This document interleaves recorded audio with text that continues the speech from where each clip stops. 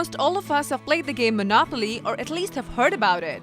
We've built houses, motels, and well, among others, purchased railroad stations too. Recalling the game's American version, remember B&O Railroad Station? Of course we do. We may not know that this B&O, which stands for Baltimore and Ohio Railway Station, is the oldest surviving station in the country today and has a museum in its name too.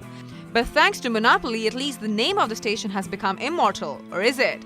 Track the station on Google Maps, our best bet to get just anywhere, and you'll find that it nestles in Maryland's historic Ellicott city.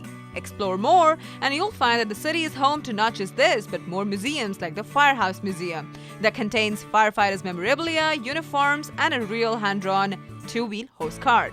Besides these, the city has galleries, art, culture, food, and shopping options abound. This is HCC Radio, The Dragon. I am Shuchi Jain, and together let's take a trip to this beautiful historic town.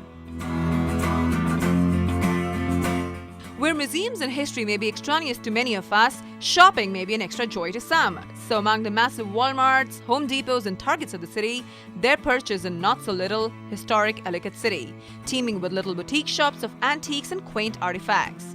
Hold your vintage curiosity, as it's easy to visit the past here while hunting for the treasured collectibles. Quaint enough that you wouldn't get to see the same, for example, furniture that you bought anywhere else, at least not in your relative's house. Doesn't that hurt when you see the same center table you got from IKEA in your friend's overlooking the same TV table? Ouch, that does. Hey, but no complaining whatsoever. But one thing is for sure, shell out a bit extra and you're home to some great looking stuff. Some old, some antiques, some designer, and some straight from the hands of the craftsman, like grandfather clock, 1960s typewriters, gramophones, to list a few. And if shopping is not your thing, absorbing the quiet ambience, taking a leisurely walk down the street by only looking around can be quite an exhilarating experience. Interesting architecture that's more of European with a hint of American, buildings with the sidewalks create patchworks that catch the fancy of many alike. Strolling through, you may get lucky watching the artist paint a pretty picture in the open. And when you want to seek respite from the street's many shops, there's much tucked in the nooks to fill your appetite.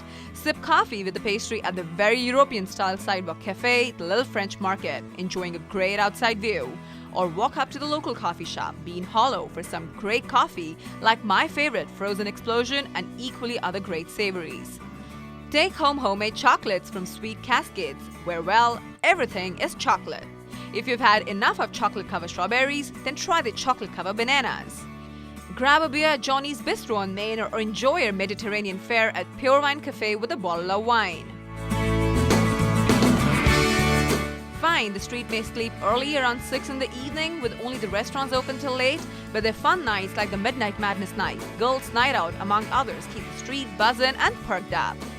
I mean, it's not as happening as Georgetown of DC and nowhere close to Times Square of NYC. But you know what? It has its own old world charm. It grows on you. Move at your own pace and you will start liking it. I'm Shuchi Jain and this is HCC Radio, The Dragon.